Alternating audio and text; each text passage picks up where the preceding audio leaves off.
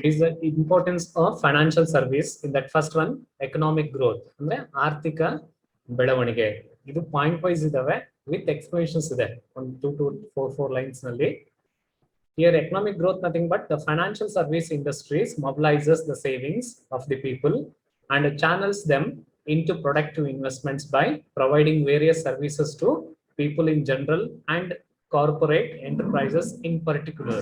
ಅಂದ್ರೆ ಆರ್ಥಿಕ ಬೆಳವಣಿಗೆ ಅಂದ್ರೆ ಏನರ್ಥ ಅಂದ್ರೆ ಹಣಕಾಸು ಸೇವಾ ಉದ್ಯಮವು ಜನರ ಉಳಿತಾಯವನ್ನು ಸಜ್ಜುಗೊಳಿಸುತ್ತದೆ. ಸಜ್ಜುಗೊಳಿಸೋದಂದ್ರೆ ಏನರ್ಥ ಅಲ್ಲಿ ಮೊಬಿಲೈಸ್ ಮಾಡೋದು. ಅಲ್ಲಿನ ಮೇಲೆ mobilise saving nothing but in case ಉಳಿತಾಯಗಳನ್ನು ಕ್ರೋಢೀಕರಿಸುತ್ತದೆ ಮತ್ತು ಜನರಿಗೆ ವಿವಿಧ ಸೇವೆಗಳನ್ನು ಒದಗಿಸುವ ಮೂಲಕ, ಅಂದ್ರೆ ಜನರಿಗೆ ಯಾವ ತರ ಸೇವೆಗಳನ್ನ ಇನ್ ಕೇಸ್ ಉತ್ಪಾದಕ ಹೂಡಿಕೆಗಳಿಗಾಗಿ, ಅಂದ್ರೆ ಅವ್ರ ಹತ್ರ ಇರುವ ಒಂದು ಕೌಶಲ್ಯಗಳನ್ನು ಬಳಸಿಕೊಂಡು ಅವರಿಗೆ ಸಾಲಗಳನ್ನು ಕೊಟ್ಟು ಅವುಗಳಿಂದ ಲಾಭವನ್ನು ಪಡೆಯುವ ಒಂದು ಕಾರ್ಯಕ್ರಮಗಳನ್ನು ಹಮ್ಮಿಕೊಳ್ಳುವುದೇ ಒಂದು ಆರ್ಥಿಕ ಬೆಳವಣಿಗೆ. ಅಂದ್ರೆ ನಮ್ಮ ಹತ್ರ ಸುಮ್ಮನೆ ದುಡ್ಡು ಇಟ್ಕೊಂಡು ಕುಂತ್ಕೊಂಡ್ರೆ ಏನಾಗಲ್ಲ. ಆ ದುಡ್ಡನ್ನ ಪ್ರೊಡಕ್ಟಿವ್ ಯೂಸ್ ಅಂತ ಏನಾದ್ರೂ ಮಾಡ್ಕೊಂಡಿದ್ರೆ, ಅಂದ್ರೆ ಆ ದುಡ್ಡು ಬೇಕು ಅಥವಾ ಆ ದುಡ್ಡನ್ನ ಇನ್ ಕೇಸ್ ಅಲ್ಲಿ ಸಾಯಂಕಾಲದೊಳಗೆ ಅಥವಾ ಇನ್ ಕೇಸ್ ಡೇ ಬಿಸ್ನೆಸ್ ಅಂತ ಇರ್ತದೆ ಅಥವಾ ವೀಕ್ಲಿ ಬಿಸ್ನೆಸ್ ಅಂತ ಇರ್ತದೆ ಅಥವಾ ಮಂತ್ಲಿ ಬಿಸ್ನೆಸ್ ಅಂತ ಇರ್ತದೆ. ಆ ಮಂತ್ ಮುಗಿಯೋದ್ರೊಳಗೆ ಆ ಹಣದ ಮೌಲ್ಯವನ್ನು ಜಾಸ್ತಿ ಆಗ್ತಾ ಇರ್ಬೇಕಲ್ಲಿ. ಅಂದ್ರೆ ಬಳಸ್ಕೊಂಡು ರಾ ಮೆಟೀರಿಯಲ್ಸ್ ಎಲ್ಲ ತಗೊಂಡ್ಬಂದು ಮಾಡ್ಕೊಂಡಿದ್ರೆ ಅಲ್ಲಿ ಲಾಭವನ್ನು ಗಳಿಸುವಂತಿರ್ಬೇಕಲ್ಲಿ. ಅವು ಉತ್ಪಾದಕ ಹೂಡಿಕೆಗಳಿಗಾಗಿ ಪೂರೈಕೆ ಮಾಡುತ್ತದೆ ಮತ್ತು ಸಾಮಾನ್ಯ ಮತ್ತು ಸಾಂಸ್ಥಿಕ ಉದ್ಯಮಗಳಿಗೆ ಸಾಲಗಳನ್ನು ಸಹ ಕೊಡ್ತದೆ ಅಂತ ಇದರಲ್ಲಿ. ಇದು ಫಸ್ಟ್ ಒನ್, ಎಕನಾಮಿಕ್ ಗ್ರೋತ್ ಅಂತ ಕರೀತಾರೆ. ಓಕೆ, ಇದನ್ನ ಬರ್ಕೊಳ್ತಾ ಇದ್ರ?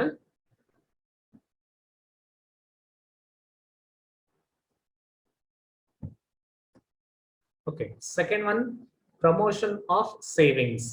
ಉಳಿತಾಯದ ಪ್ರಚಾರ ಅಥವಾ ಪ್ರಮೋಷನ್ಸ್ ಮಾಡೋದು. ಪ್ರಮೋಷನ್ಸ್ ನಥಿಂಗ್ ಬಟ್ ಪ್ರಚಾರ ಮಾಡೋದು ಅಂದ್ರೆ ಪ್ರೇರಣೆ ಮಾಡೋದು. ಯಾವ ತರ ಪ್ರೇರಣೆಯಲ್ಲಿ? The financial service industries mobilises the savings of the people by providing transformation services ಅಂತ ಕರೀತಾರೆ. ಅಂದ್ರೆ ಪ್ರಚಾರದ ಉಳಿತಾಯದ ಬಗ್ಗೆ ಪ್ರಚಾರ ಮಾಡೋದಂದ್ರೆ ಯಾವ ತರ ಅಂದ್ರೆ ಡಿಫ್ರೆಂಟ್ ಹೆಲ್ಪ್ ಸೇವೆಗಳ ಮೂಲಕ ಅಥವಾ ಡಿಫ್ರೆಂಟ್ ಉಳಿತಾಯಗಳ ಒಂದು ಯೋಜನೆಗಳ ಮೂಲಕ ಪ್ರಚಾರ ಮಾಡೋದು. For example in case bank ನಲ್ಲಿ ಇದಾವೆ 4 ತರದ ಉಳಿತಾಯಗಳನ್ನ ನೋಡ್ಕೊಂಡಿರ್ತೀವಿ ನಾವು ಯೂಶುವಲಿ. ಒಂದು okay current and recurring and ಅಲ್ಲಿ ಫಿಕ್ಸ್ಡ್ ಡೆಪಾಸಿಟ್ಸ್. ಆ ತರ ಅಲ್ಲಿ ಏನ್ ಮಾಡ್ಕೊಂತಲ್ಲಿ ಪ್ರಮೋಷನ್ ಆಫ್ ಸೇವಿಂಗ್ಸ್ ಎಲ್ಲ ಮಾಡ್ಕೊ. ಅಂದ್ರೆ ಹಣಕಾಸಿನ ಸಂಸ್ಥೆಗಳು ಏನ್ ಮಾಡ್ತಾವಂದ್ರೆ ನಮ್ಮ ಹತ್ರ ಅಂದ್ರೆ ಗ್ರಾಹಕರಲ್ಲಿರುವ ಹಣವನ್ನು ವಿವಿಧ ರೀತಿಯಲ್ಲಿ ಹೂಡಿಕೆಗಳನ್ನು ಮಾಡುವಂತೆ ಪೋಸ್ಟ್ ಆಫೀಸ್ ಗಳ ಮೂಲಕ ಹೂಡಿಕೆ ಮಾಡ್ತಾರೆ, ಅಥವಾ ಕೆಲವೊಬ್ರು ಫಿಕ್ಸ್ಡ್ ಡೆಪಾಸಿಟ್ ಅಂತ ಮಾಡ್ತಾರೆ, ಅಥವಾ ಕೆಲವೊಬ್ರು ಹೆಣ್ಮಕ್ಳ ಹೆಸರು ಮೇಲೆ ಬಾಂಡ್ಗಳನ್ನು ತಗೊಂತಾರೆ.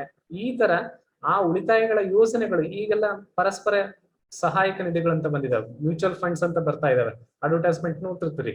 ಓಕೆ, ಆ ಮ್ಯೂಚುವಲ್ ಫಂಡ್ಸ್ ಗಳ ಮೂಲಕ ಸಹ ಪ್ರಮೋಷನ್ಸ್ ಎಲ್ಲ ಮಾಡ್ತಾರೆ ಅಥವಾ ಉಳಿತಾಯದ ಬಗ್ಗೆ ಪ್ರಚಾರ ಸಹ ಮಾಡ್ತಾರೆ ಅಂತ ಹೇಳಿ. That is the second one.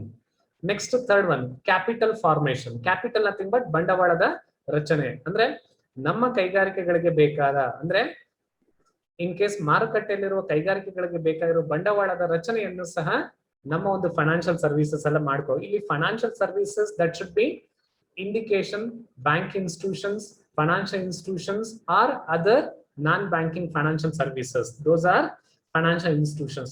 Those institutions can be formate the capital. Here financial services industries facilitates capital formation by rendering various capital market intermediary services. Intermediary ಅಂದ್ರೆ ಮಧ್ಯವರ್ತಿ ಸೇವೆಗಳಂತ ಕರೀತಾರೆ.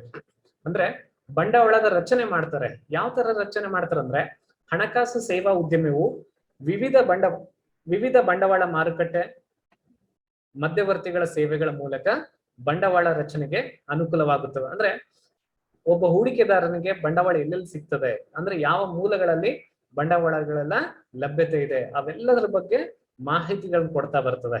ಯಾವುದು? ನಮ್ಮ ಒಂದು ಫೈನಾನ್ಷಿಯಲ್ ಸರ್ವಿಸಸ್ ಕಂಪನಿಗಳು. ಆ ಕಂಪನಿಗಳಿಗೆ ಜಸ್ಟ್ ನಾವು ಒಂದು ಅಪ್ಲಿಕೇಶನ್ ಹಾಕ್ಬಿಟ್ರೆ ಸಾಕು, they are act as a mediatory or intermediator between the in case loan giver or in case ಅಂತ loan provider and in case needy person ಅಥವಾ loan needy persons ಅಂತ ಕರೀತಾರೆ. ಯಾರಿಗೆ ಸಾಲ ಬೇಕಾಗಿರುತ್ತೋ ಅವ್ರಿಗೂ ಮತ್ತೆ ಸಾಲ ನೀಡುವ ಕಂಪನಿಗಳ ಮಧ್ಯೆ ಇಂಟರ್ಮೀಡಿಯೇಟರ್ ಆಗಿ ಕೆಲಸ ಮಾಡ್ತಾರೆ with the help of documents ಅಂತ. ಅಂದ್ರೆ ಕೆಲವೊಂದು ರಿಟರ್ನ್ ಡಾಕ್ಯುಮೆಂಟ್ಸ್ ಎಲ್ಲ ಇಟ್ಕೊಂಡಿರ್ತದೆ, ಕೆಲವೊಂದು ಶ್ಯೂರಿಟಿ ಡಾಕ್ಯುಮೆಂಟ್ಸ್ ಎಲ್ಲ ಇಟ್ಕೊಂಡಿರ್ತದೆ, ಆ ಡಾಕ್ಯುಮೆಂಟ್ಗಳ ಮೂಲಕ ಬಂಡವಾಳದ ರಚನೆ ಸಹ ಮಾಡ್ತದೆ ಅಂತ ಕರಿಬಹುದಲ್ಲಿ. That is a second one. Okay, ಇದನ್ನ ಬರ್ಕೊಡ್ರಿ.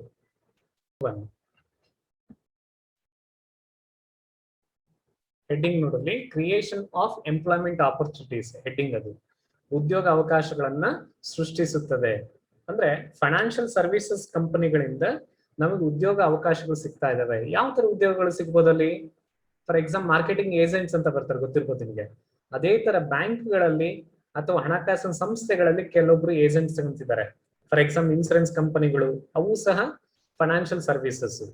ಆ ಕಂಪನಿಗಳಲ್ಲಿರುವ ಎಂಪ್ಲಾಯೀಸ್ ಏನ್ ಮಾಡ್ತಾರಂದ್ರೆ ಪಾಲಿಸಿಗಳನ್ನು ಮಾಡಿಸ್ತಾರೆ, ಇನ್ಸೂರೆನ್ಸ್ ಪಾಲಿಸಿಗಳನ್ನು ಮಾಡ್ತಾರೆ, ಅಥವಾ ಅಕೌಂಟ್ಗಳನ್ನ ಮಾಡಿಸ್ತಾರೆ, ಅಥವಾ ಫಿಕ್ಸ್ಡ್ ಡೆಪಾಸಿಟ್ ಮಾಡಿಸ್ತಾರೆ. ಡೆಪಾಸಿಟ್ ಮಾಡಿಸ್ಕೊಂಡ್ರೆ ಅವ್ರಿಗೆ ಇಂತಿಷ್ಟು ಕಮಿಷನ್ ಅಂತ ಬ್ಯಾಂಕ್ಗಳ ಮೂಲಕ ಕೊಡ್ತಾ ಇರ್ತಾರೆ. ಅಂದ್ರೆ ಬ್ಯಾಂಕ್ ಏಜೆಂಟ್ಸ್ ಗಳಂತ ಮಾಡ್ಕೊಂಡಿದ್ದಾರೆ ಈಗೀಗ. ಓಕೆ, ಇತ್ತೀಚಿನ ದಿನಗಳಲ್ಲಿ ಏನ್ ಮಾಡ್ತಂದ್ರೆ ಎಂಪ್ಲಾಯೀಸ್ ಜೊತೆಗೆ ಬ್ಯಾಂಕ್ ಏಜೆಂಟ್ಸ್ ಅಂತ ಬರ್ತಿದ್ದಾರೆ ಕೆಲವೊಬ್ರು. ಅಂದ್ರೆ they are not appointed from the bank institutions, but temporarily they can working as a commission agents. Those commission agents will be helpful for the uneducated persons ಆಗಿರ್ಬೋದು ಅಥವಾ illiterate peoples ಆಗಿರ್ಬೋದು. ಅವ್ರಿಗೆ ಏನ್ ಮಾಡ್ಕೊಂತಾರೆ, ಹೆಲ್ಪ್ ಮಾಡ್ತಾರೆ. ಯಾವ ತರ ಅಕೌಂಟ್ ಗಳನ್ನು ಕ್ರಿಯೇಟ್ ಮಾಡಬೇಕು, ಅಥವಾ ಯಾವ ತರ ಫಿಕ್ಸ್ಡ್ ಡೆಪಾಸಿಟ್ ಗಳನ್ನು ಮಾಡ್ಕೋಬೇಕು, ಅಥವಾ ಯಾವ ತರ ಉಳಿತಾಯಗಳನ್ನು ಮಾಡ್ಕೋಬೇಕು, ಅವೆಲ್ಲದರಲ್ಲಿ ಸಹಾಯ ಮಾಡೋದಕ್ಕೆ ಅವ್ರಿಗೆ ಒಂದು ಕಮಿಷನ್ ಅಂತ ಕೊಡ್ತಾರೆ. ಯಾರು ಕಸ್ಟಮರ್ಸ್ ಕಡೆಯಿಂದನೂ ಕಮಿಷನ್ ತಗೊಂತಾರೆ, ಪ್ಲಸ್ ಬ್ಯಾಂಕ್ ಸಂಸ್ಥೆಗಳಿಂದ ಅಥವಾ ಇನ್ಸೂರೆನ್ಸ್ ಕಂಪನಿಗಳಿಂದ ಅಥವಾ ಅನೇಕ ಫೈನಾನ್ಷಿಯಲ್ ಇನ್ಸ್ಟಿಟ್ಯೂಷನ್ಸ್ ಅಂದ್ರೆ ಫಾರ್ ಎಕ್ಸಾಂಪಲ್ ಚಿಟ್ ಫಂಡ್ ಕಂಪನಿಗಳಂತ ಬರ್ತವೆ. ಆ ಚಿಟ್ ಫಂಡ್ ಕಂಪನಿಗಳಲ್ಲಿ ಸಹ ಕೆಲಸಗಳನ್ನ ನಿರ್ವಹಿಸಿಕೊಂಡು ಕಾರ್ಯನಿರ್ವಹಿಸ್ತಾರೆ ಅಂತ ಕರೀಬೋದಲ್ಲಿ. That is a creation of employment opportunities ಅಂತ ಕರೀತಾರೆ. The financial service industry creates and provides employment opportunities to millions of the people all over the world ಅಂತ ಕರೀಬಹುದು. ಫಾರ್ ಎಕ್ಸಾಂಪಲ್ ಇನ್ ಕೇಸ್ ನಿಮ್ಗೆ ಗೊತ್ತಿರ್ಬೋದು, in case Bombay stock exchange ಅಂತ ಒಂದು news ತೋರಿಸ್ತಾ ಇರ್ತಾರೆ. ಬಾಂಬೆ ಸ್ಟಾಕ್ ಎಕ್ಸ್ಚೇಂಜ್ ಗಳ ಮುಂದೆ ಇನ್ ಕೇಸ್ ಕೆಲವೊಬ್ರು ಲ್ಯಾಪ್ಟಾಪ್ ಅಥವಾ ಇನ್ ಕೇಸ್ ಟ್ಯಾಬ್ ಗಳನ್ನ ಇಟ್ಕೊಂಡು ಕೂತ್ಕೊಂಡಿರ್ತಾರೆ, ಮರ್ಚೆಂಡೈಸ್ ಅಥವಾ ಇಂಟರ್ಮೀಡಿಯೇಟರ್ಸ್. ಅವ್ರ ಕೆಲಸ ಏನಂದ್ರೆ ಯಾವ ಶೇರ್ಗಳ ಬೆಲೆ ಜಾಸ್ತಿ ಆಗ್ತದೆ ಅಥವಾ ಯಾವ ಶೇರ್ಗಳ ಬೆಲೆ ಕಡಿಮೆ ಆಗ್ತದೆ. ಫಾರ್ ಎಕ್ಸಾಂಪಲ್ ಸ್ಪೆಕ್ಯುಲೇಟರ್ಸ್ ಅಂತ ಕರೀತಾರೆ, ಅಥವಾ ಊಹೆಗಳನ್ನು ಮಾಡುವವರು ಅಂತ ಕರೀತಾರೆ. ಆ ಊಹೆಗಳನ್ನು ಮಾಡುವವರು ಏನ್ ಮಾಡ್ತಾರೆ ಅಂದ್ರೆ ಕಸ್ಟಮರ್ಸ್ಗೆ ಪ್ಲಸ್ ಕಂಪನಿಗಳು ಇಬ್ರಿಗೂ ಹೆಲ್ಪ್ ಮಾಡ್ತಾರೆ. ಇಂಥ ಕಂಪನಿಗಳ ಶೇರ್ಗಳನ್ನು ತಗೊಂಡ್ರೆ ನಿಮ್ಗೆ ಲಾಭ ಆಗ್ತದೆ, ಅದಕ್ಕೆ ನೀವು ಕಮಿಷನ್ ಕೊಡ್ರಿ, ಆ ಶೇರ್ಗಳನ್ನ ನಾನು ಖರೀದಿ ಮಾಡ್ಕೊಡ್ತೀನಿ. ಅಂದ್ರೆ ಅವರು ಒಂದು ಅನಾಲಿಟಿಕಲ್ ವರ್ಕ್ ಅಂದ್ರೆ ವಿಶ್ಲೇಷಣಾತ್ಮಕ ವರದಿಗಳನ್ನು ಸಲ್ಲಿಸುವುದಕ್ಕಾಗಿ ಕೆಲವೊಂದು ಕಮಿಷನ್ ಏಜೆಂಟ್ಗಳ ಮೂಲಕ ಕೆಲಸ ಮಾಡ್ತಾರೆ. ಆ ಕಮಿಷನ್ ಏಜೆಂಟ್ಸ್ ಗಳೇ ಇನ್ ಕೇಸ್ ನಮಗೆ ಒಂದು ಎಂಪ್ಲಾಯ್ಮೆಂಟ್ ಆಪರ್ಚುನಿಟೀಸ್ ಅಂತ ಕರೀತಾರೆ. ಅಂದ್ರೆ ಜಸ್ಟ್ ಅಬ್ಸರ್ವೇಷನ್ಸ್ ಎಲ್ಲ ಮಾಡ್ತಾರೆ. ಫೋರ್ಕಾಸ್ಟಿಂಗ್ ಅಂತ, ಡಿಮ್ಯಾಂಡ್ ಫೋರ್ಕಾಸ್ಟಿಂಗ್ ಅಥವಾ ಊಹೆಗಳನ್ನು ಮಾಡ್ತಾರೆ. ಅಂದ್ರೆ ಮುಂಬರುವ ದಿನಗಳಲ್ಲಿ ಯಾವ ಕಂಪನಿಗಳಿಗೆ ಡಿಮ್ಯಾಂಡ್ ಜಾಸ್ತಿ ಇರ್ತದೆ ಅಥವಾ ಯಾವ ಕಂಪನಿಗಳ ಡಿಮ್ಯಾಂಡ್ ಕಡಿಮೆ ಆಗ್ತದೆ, ಈಗಲೇ ಅವರ ಒಂದು ಅನಾಲಿಟಿಕಲ್ ವರ್ಕ್ ಎಲ್ಲ ಮಾಡಿಕೊಂಡು ಎಂಪ್ಲಾಯ್ಮೆಂಟ್ ಸೃಷ್ಟಿ ಮಾಡ್ಕೊಳ್ತಾರೆ. ದಟ್ ಇಸ್ ಅ ಉದ್ಯೋಗ ಅವಕಾಶಗಳ ಸೃಷ್ಟಿ ಅಂತ. ಅಂದ್ರೆ ಹಣಕಾಸು ಸೇವಾ ಉದ್ಯಮವು ಇನ್ ಕೇಸ್ ಸೇವೆಗಳನ್ನ ಅಥವಾ ಇನ್ ಕೇಸ್ ಉದ್ಯೋಗ ಅವಕಾಶ ಸೃಷ್ಟಿಸುತ್ತದೆ ಮತ್ತು ಪ್ರಪಂಚದಾದ್ಯಂತ ಲಕ್ಷಾಂತರ ಜನರಿಗೆ ಉದ್ಯೋಗಾವಕಾಶಗಳನ್ನು ಒದಗಿಸುತ್ತದೆ ಅಂತ. Next contribution to GNP, gross net product ಅಂತ ಕರೀತಾರೆ. ಅಂದ್ರೆ ಇವ್ರ ಕಡೆಯಿಂದ ನಮ್ಗೆ GNP ಜಾಸ್ತಿ ಆಗ್ತದೆ. ಅಂದ್ರೆ ಯಾರ ಕಡೆಯಿಂದ? ಅಲ್ಲಿ ಫೈನಾನ್ಷಿಯಲ್ ಸರ್ವಿಸಸ್ ಕಡೆಯಿಂದ. ಅಂದ್ರೆ ನಾವು ಮೊದಲು ಎಷ್ಟು ಪ್ರೊಡಕ್ಷನ್ ಮಾಡ್ತಾ ಇದ್ವಿ, with the help of financial institutions ಅಥವಾ ಫೈನಾನ್ಷಿಯಲ್ ಸರ್ವಿಸಸ್ ಕಡೆಯಿಂದ ಎಷ್ಟು ಪ್ರೊಡಕ್ಷನ್ ಆಗ್ತಾ ಇದೆ, ಡಿಫರೆನ್ಸ್ ಎಲ್ಲ ನೋಡ್ಬೋದಲ್ಲಿ. ಅಂದ್ರೆ ಫೈನಾನ್ಷಿಯಲ್ ಸರ್ವಿಸಸ್ ಏನ್ ಪ್ರೊವೈಡ್ ಮಾಡ್ತಾರಂದ್ರೆ ಫ್ಯಾಷನಬಲ್ ಚೇಂಜಸ್ ಏನನ್ನ ಆಗ್ತದೆ. ಫಾರ್ ಎಕ್ಸಾಂಪಲ್ ಇಂಡಸ್ಟ್ರಿಗೆ ಒಂದು ಪ್ರೊಡಕ್ಷನ್ ಡಿಪಾರ್ಟ್ಮೆಂಟ್ಗೆ ಒಂದು ಸಲಹೆ ಬೇಕು ಸರ್ ನಿಮಗೆ. ಆ ಸಲಹೆ ಯಾವ ತರ ಇರ್ಬೇಕಂದ್ರೆ ಇನ್ ಕೇಸ್ ನೆಕ್ಸ್ಟ್ ಜನರೇಷನ್ಗೆ ಯಾವ ತರ ಪ್ರೊಡಕ್ಟ್ಸ್ ಎಲ್ಲ ಬೇಕು, ಅಥವಾ ನೆಕ್ಸ್ಟ್ ಯಾವ ತರ ಫ್ಯಾಷನಬಲ್ ಪ್ರೊಡಕ್ಟ್ಸ್ ಎಲ್ಲ ಬೇಕು, ಅವುಗಳ ಬಗ್ಗೆ ಒಂದು ವಿಶ್ಲೇಷಣೆ ಮಾಡಿ ವರದಿಗಳನ್ನ ಯಾರು ನಮ್ಮ ಒಂದು ಫೈನಾನ್ಷಿಯಲ್ ಸರ್ವಿಸ್ ಏಜೆನ್ಸಿಗಳೆಲ್ಲ ಮಾರಾಟ ಮಾಡ್ತಾರೆ. ಯಾರಿಗೆ? ಕಂಪನಿಗಳಿಗೆ. ಅವುಗಳ ಮೂಲಕ ಅಲ್ಲಿ ಏನ್ ಮಾಡ್ಕೊಂತಲ್ಲಿ the companies will be get the ideas about the next generation productions ಆಗಿರ್ಬೋದು, ಅಥವಾ ಫ್ಲೇವರ್ಸ್ ಬಗ್ಗೆ ಆಗಿರ್ಬೋದು, ಅಥವಾ ನೆಕ್ಸ್ಟ್ ಟೇಸ್ಟ್ ಬಗ್ಗೆ ಆಗಿರ್ಬೋದು. ಇವೆಲ್ಲದರ ಬಗ್ಗೆ ಇನ್ಫಾರ್ಮೇಶನ್ಸ್ ಕಲೆಕ್ಟ್ ಮಾಡೋರು ಯಾರಲ್ಲಿ? Financial services. With the help of these activities automatically GNP will be increasing. Gross net product ಅಂತ ಕರೀತಾರೆ. ಓಕೆ, GNP ಗೆ ಒಂದು ಕೊಡುಗೆ ಅಂತ ಕರೀತಾರೆ. Okay, recently the contribution of financial services to GNP has been increasing year after year in almost countries ಅಂತ.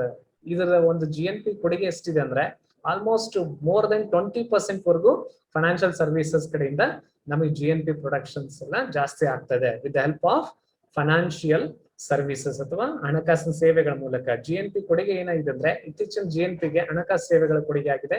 ಬಹುತೇಕ ದೇಶಗಳಲ್ಲಿ ವರ್ಷದಿಂದ ವರ್ಷಕ್ಕೆ ಹೆಚ್ಚುತ್ತಾ ಇದೆ ಅಂತ ಹೇಳಿದಲ್ಲಿ ಇದು in case 4th and 5th point ಅಂತ ಕರೀಬಹುದಲ್ಲಿ. ಓಕೆ, ಇದು ಬರ್ಕೊಡು.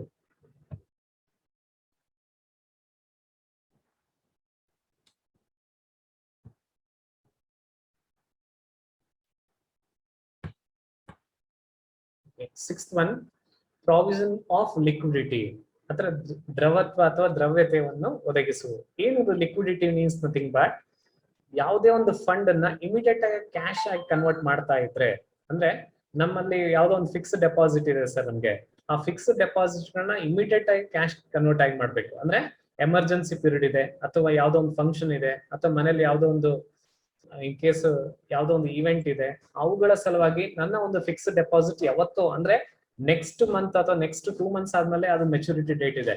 ಬಟ್ ಈಗಲೇ ಅಮೌಂಟ್ ನನಗೆ ಬೇಕಾದ್ರೆ ನಾವು ಏನಾದ್ರೂ ಫೈನಾನ್ಷಿಯಲ್ ಸರ್ವಿಸ್ ನ ಇನ್ ಕೇಸ್ ಕಾಂಟ್ಯಾಕ್ಟ್ ಮಾಡ್ಕೊಂಡ್ರೆ ಇಮಿಡಿಯೇಟ್ ಆಗಿ ಆ ಲಿಕ್ವಿಡಿಟಿ ಫಂಡ್ಸ್ ಗಳನ್ನ ಅಥವಾ ಇನ್ ಕೇಸ್ ಆ ಫಿಕ್ಸ್ಡ್ ಡೆಪಾಸಿಟ್ ಫಂಡ್ ಗಳನ್ನ ಈಗಲೇ ಕ್ಯಾಶ್ ರೂಪದಲ್ಲಿ ನಮಗೆ ವಾಪಸ್ ಕೊಡ್ತಾರೆ. ಅಂದ್ರೆ ವಿತ್ ಹೆಲ್ಪ್ ಆಫ್ ಕಮಿಷನ್ ತೆಗೆದುಕೊಂಡು ಆ ಅಮೌಂಟ್ ನ ಸ್ವಲ್ಪ ಕಮಿಷನ್ ಅಂತ ತಗೊಂಡು ಅಥವಾ ಇನ್ ಕೇಸ್ ಅವರ ಒಂದು ದಳ್ಳಾಳಿಯನ್ನು ತಗೊಂಡಲ್ಲಿ ಅಮೌಂಟ್ ಅನ್ನು ಕೊಡ್ತಾರೆ. ಆ ತರ ಒಂದು ಕೆಲಸನೂ ಸಹ ಫೈನಾನ್ಷಿಯಲ್ ಸರ್ವಿಸಸ್ ಅಥವಾ in case provision of liquidity ಕೆಲಸಗಳನ್ನು ಸಹ ಮಾಡ್ತದೆ. The financial service industry promotes liquidity in the financial system by allocating and reallocating savings and investments into various avenues of economic activities. ಅಂದ್ರೆ ನಮ್ಮಲ್ಲಿರುವ ಎಕನಾಮಿಕ್ ಆರ್ಥಿಕತೆಯ ಒಂದು ಚಟುವಟಿಕೆಗಳಿಗೆ ಬೇಕಾದ ಒಂದು ಹಣಕಾಸನ್ನು ಈಗಲೇ ಅಲ್ಲಿ ಏನ್ ಮಾಡ್ಕೊಂತೀನಿ ಹಣಕಾಸನ್ನಾಗಿ ಮಾಡಿಕೊಂಡು ಕೊಡ್ತದ. ದ್ರವ್ಯತೆ ಅಥವಾ ದ್ರವತ್ವ ಎರಡು ವರ್ಡ್ ಒಂದೇ ಅಲ್ಲಿ. ದ್ರವ್ಯತೆ ಅಥವಾ ದ್ರವತ್ವವನ್ನು ಒದಗಿಸುತ್ತದೆ ಅಂತ. ದ್ರವತ್ವ ಅಂದ್ರೆ ಯಾವ್ದೋ ಒಂದು ದ್ರವ ಪದಾರ್ಥದ ವಸ್ತು ಅಲ್ಲ ಇಲ್ಲಿ. ಓಕೆ, ಅಂದ್ರೆ ಕ್ಯಾಶ್ ಅನ್ನ ಇಮಿಡಿಯೇಟ್ ಆಗಿ ನನಗೆ ಅಥವಾ ಇನ್ ಕೇಸ್ ಅಂತಲ್ಲಿ ಕ್ಯಾಶ್ ಇದೆ ಸರ್ ನಮ್ಗೆ, ಅಥವಾ ಇನ್ ಕೇಸ್ ಯಾವ್ದೋ ಒಂದು ಕ್ಯಾಶ್ ರೂಪದ ಅಥವಾ ನಮ್ಮ ಹತ್ರ ಯಾವ್ದೋ ಒಂದು ಬಾಂಡ್ ಇದೆ ಸರ್ ನನಗೆ, ಅಥವಾ ನನ್ನ ಹತ್ರ ಯಾವ್ದೋ ಒಂದು ಫಿಕ್ಸ್ಡ್ ಡೆಪಾಸಿಟ್ ಬಾಂಡ್ ಇದೆ, ಆ ಬಾಂಡ್ ಗಳನ್ನ ಇಮಿಡಿಯೇಟ್ ಆಗಿ ಕ್ಯಾಶ್ ಆಗಿ ಕನ್ವರ್ಟ್ ಮಾಡೋದೇ ದ್ರವತ್ವವನ್ನು ಒದಗಿಸುವುದು ಅಂತ ಕರೀತಾರೆ. ಅಂದ್ರೆ ಹಣಕಾಸು ಸೇವಾ ಉದ್ಯಮವು ಹಣಕಾಸಿನ ದ್ರವ್ಯತೆಯನ್ನು ಉತ್ತೇಜಿಸುತ್ತದೆ. ಉಳಿತಾಯ ಮತ್ತು ಹೂಡಿಕೆಯನ್ನು ವಿವಿಧ ಮಾರ್ಗಗಳಲ್ಲಿ ಹಂಚಿಕೆ ಮತ್ತು ಮರುಹಂಚಿಕೆ ಮಾಡುವ ಮೂಲಕ ವ್ಯವಸ್ಥೆ ಆರ್ಥಿಕ ಚಟುವಟಿಕೆಯಿಂದ ಕೂಡಿದೆ ಅಂತ ಕರೀತಾರೆ. ಅಂದ್ರೆ ಇದರ ಅರ್ಥ ಏನಂದ್ರೆ ಅವುಗಳು ತಗೊಂಡು ಏನ್ ಮಾಡ್ತಾರಂದ್ರೆ ನಮ್ಮ ಹತ್ರ ಇರುವ ಬಾಂಡ್ಗಳನ್ನು ತೆಗೆದುಕೊಂಡು ನೆಕ್ಸ್ಟ್ ಮೆಚುರಿಟಿ ಡೇಟ್ ಬಂದ್ಮೇಲೆ ಅವರು ಅದನ್ನ ರೀಫಂಡ್ ಮಾಡ್ಕೊಳ್ತಾರೆ. ಇಲ್ಲಿ ಆಲ್ರೆಡಿ ಕಮಿಷನ್ ಕೊಟ್ಟಿರ್ತಾರೆ, ಮತ್ತೆ ಕಮಿಷನ್ ಮುರ್ಕೊಂಡು ಫಾರ್ ಎಕ್ಸಾಂಪಲ್ ನಮ್ದು ಒಂದು 10,000 rupees ಬಾಂಡ್ ಇದೆ ಅನ್ಕೊಡ್ರಿ, ನಮಗೆ ಇಮಿಡಿಯೇಟ್ ಅಮೌಂಟ್ ಬೇಕಂದ್ರೆ ಒಂದು 10% ಕಮಿಷನ್ ತಗೊಂಡ್ರೆ ಒಂದು 500 rupees ಅಥವಾ 1000 rupees ತಗೊಂಡು 9,000 ಇಮಿಡಿಯೇಟ್ ಅಮೌಂಟ್ ಕೊಡ್ತಾರೆ. ಬಟ್ ಅಮೌಂಟ್ ಕೊಟ್ಟ ಮೇಲೆ 1 month ಅಥವಾ 2 months ಆದ್ಮೇಲೆ ಅವ್ರಿಗೆ 10,000 rupees ಡ್ರಾ ಮಾಡ್ಕೊಂತಾರೆ. ಇದರಿಂದ ಅವ್ರಿಗೆ ನಮ್ ಕಡೆಯಿಂದನೂ 1,000 rupees ಲಾಭ ಆಯ್ತು. ಅಲ್ಲಿ ಏನ್ ಮಾಡ್ಕೊಂತೀನಿ ಅವ್ರಿಗೆ 10,000 rupees ಮತ್ತೆ ಅವ್ರ ಅಮೌಂಟ್ ಅವ್ರಿಗೆ ಬರ್ತಾ ಇದೆ. ಈ ತರ ಏನ್ ಮಾಡ್ಕೊಂತೀನಿ ದ್ರವತ್ವ ಕೇಸ್ ಥೌಸಂಡ್ಸ್ ಆಫ್ ಲಿಕ್ವಿಡಿಟಿ ಅಂತ ಇದ್ದಾರೆ. That is a 6th one. Okay, ಬರ್ಕೊಡ್ರಿ.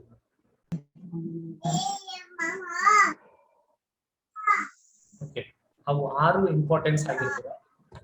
Total importance of financial services. First one ಆರ್ಥಿಕ ಬೆಳವಣಿಗೆ, ಎಕನಾಮಿಕ್ ಹೇಳಿ.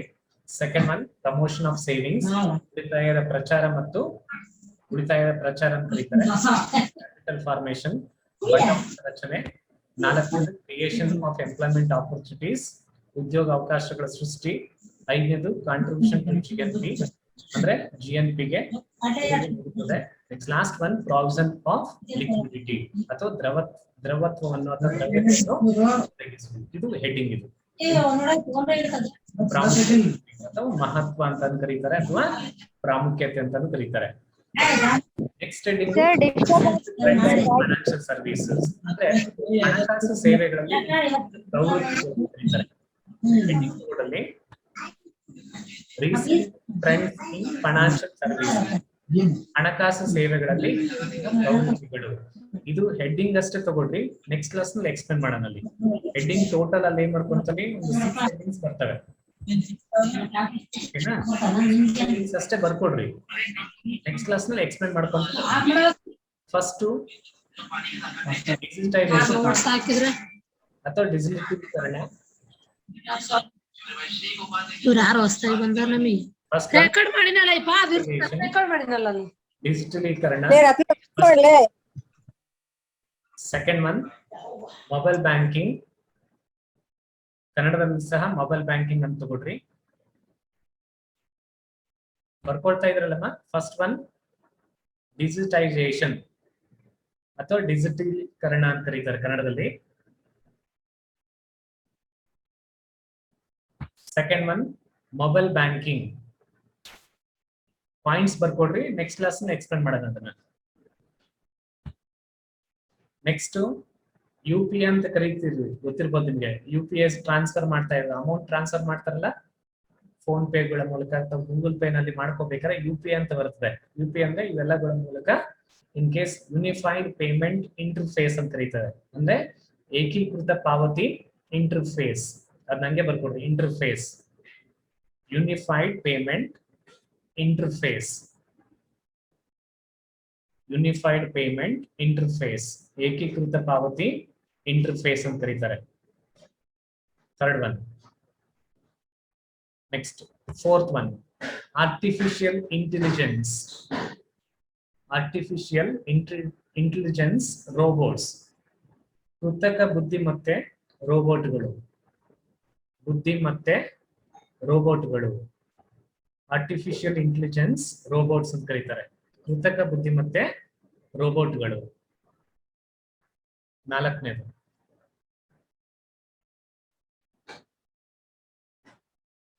ನೆಕ್ಸ್ಟ್ ಫಿಫ್ತ್ ಒನ್ ಬರ್ಕೊಂಡ್ರ ನಾಲ್ಕನೇದು. Fifth one financial technology company ಅಥವಾ ಟೆಕ್ ಕಂಪನೀಸ್ ಅಂತ ಕರೀತಾರೆ. Financial tech companies or technology companies, ಹಣಕಾಸು ತಂತ್ರಜ್ಞಾನ ಕಂಪನಿಗಳು. ಹಣಕಾಸು ತಂತ್ರಜ್ಞಾನ ಕಂಪನಿಗಳು,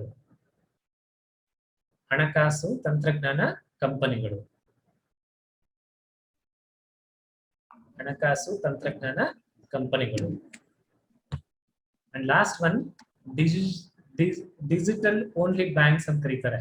ಅಂದ್ರೆ ಡಿಜಿಟಲ್ ಮಾತ್ರ ಬ್ಯಾಂಕ್ಗಳು. ಡಿಜಿಟಲ್ ಓನ್ಲಿ ಬ್ಯಾಂಕ್ಸ್, ಡಿಜಿಟಲ್ ಮಾತ್ರ ಬ್ಯಾಂಕ್ಗಳು. ಆರನೇ ಪಾಯಿಂಟ್, ಡಿಜಿಟಲ್ ಓನ್ಲಿ ಬ್ಯಾಂಕ್ಸ್ ಅಥವಾ ಡಿಜಿಟಲ್ ಮಾತ್ರ ಬ್ಯಾಂಕ್ಗಳು. 6 ಪಾಯಿಂಟ್ಸ್ ಏನ್ ಮಾಡ್ಕೊಂತಾನೆ, recent trends in financial services. ಇದೆಲ್ಲ ಅಂದ್ರೆ ಇತ್ತೀಚಿನ ದಿನಗಳಲ್ಲಿ ನಮ್ಮ ಒಂದು ಫೈನಾನ್ಷಿಯಲ್ ಸರ್ವಿಸಸ್ ಯಾವ ತರ ಇದೆ, ಹಣಕಾಸಿನ ಸೇವೆಗಳ ಒಂದು ಪ್ರವೃತ್ತಿಗಳು ಯಾವ ತರ ಇದೆ. ಫಸ್ಟ್ ಒನ್ ಡಿಜಿಟೈಸೇಷನ್, ಡಿಜಿಟಲೀಕರಣ. Second one mobile banking. Third one unified payment interface, ಏಕೀಕೃತ ಪಾವತಿ interface. Fourth one artificial intelligence robots, ಕೃತಕ ಬುದ್ಧಿಮತ್ತೆ ರೋಬೋಟ್ಗಳು. ಐದನೇದು ಫೈನಾನ್ಷಿಯಲ್ ಟೆಕ್ ಕಂಪನೀಸ್, ಹಣಕಾಸು ತಂತ್ರಜ್ಞಾನ ಕಂಪನಿಗಳು. And sixth one digital only banks, digital ಮಾತ್ರ ಬ್ಯಾಂಕ್ಗಳು. ಓಕೆ, ಇದನ್ನ ಯೂಟ್ಯೂಬ್ ನಲ್ಲಿ ಹಾಕಿರ್ತೀನಿ, ನೋಡ್ಕೊಂಡು ನೀಟಾಗಿ ನೋಟ್ ಬರ್ಕೊಡ್ರಿ. ಅದನ್ನ ಸಬ್ಸ್ಕ್ರೈಬ್ ಮಾಡ್ಕೊಂಡು ಇದು ಮಾಡ್ಕೊಡ್ರಿ. ಅಂದ್ರೆ ಇಮಿಡಿಯೇಟ್ ನಿಮಗೆ ಒಂದು ಅಲರ್ಟ್ ಬರ್ತದೆ, ಯಾವ್ದಾದ್ರು ಫೈನಾನ್ಷಿಯಲ್ ಸರ್ವಿಸಸ್ ಬಗ್ಗೆ ಆಗಿರ್ಬೋದು ಅಥವಾ ಬೇರೆ ಸಬ್ಜೆಕ್ಟ್ ಬಗ್ಗೆ ಆಗಿರ್ಬೋದು ಅಂತಂದ್ರೆ ಇಮಿಡಿಯೇಟ್ ಆಗಿ ನಿಮ್ಗೆ ಅಲರ್ಟ್ ಬರ್ತದೆ. ಈಸಿಯಾಗಿ ನೋಟ್ಸ್ ಬರ್ಕೊಳಕ್ಕೆ ಈಸಿ ಆಗ್ತದೆ. ಓಕೆ, ಇಷ್ಟು ಬರ್ಕೊಂಡಿರೋದು ನೆಕ್ಸ್ಟ್ ಕ್ಲಾಸ್ ನಲ್ಲಿ ಎಕ್ಸ್ಪ್ಲೇನ್ ಮಾಡೋಣ. ಇವೆಲ್ಲ ಏನಂದ್ರೆ ರೀಸೆಂಟ್ ಟ್ರೆಂಡ್ಸ್ ಅಂದ್ರೆ ಏನು ಅಂದ್ರೆ ಇತ್ತೀಚಿನ ದಿನಗಳಲ್ಲಿ, ಅಂದ್ರೆ ಹಣಕಾಸಿನ ಸೇವೆಗಳಲ್ಲಿ ಇತ್ತೀಚಿನ ದಿನಗಳಲ್ಲಾಗುವ ಪ್ರವೃತ್ತಿಗಳು ಯಾವ ತರ ಇದೆ. ಅಂದ್ರೆ ಮೊದಲಿನ ಒಂದು ಜನಾಂಗಕ್ಕೂ ಅಥವಾ ಮೊದಲೇ ಇರುವ ಜನಾಂಗಕ್ಕೂ ಈಗಿನ ಜನಾಂಗಕ್ಕೂ ಬೇರೆ ಬೇರೆ. ಮೊದಲೆಲ್ಲ ಅಲೆಮಾರಿ ಜನಾಂಗ ಅಂತ ಇದ್ರು, ಈಗ ಒಂದೇ ಕಡೆ ನೆಲೆ ಹುಡ್ಕೊಂಡು ಮನೆ ಕಟ್ಕೊಂಡು ಎಲ್ಲ ವಾಸ ಮಾಡ್ತಿದ್ದಾರೆ.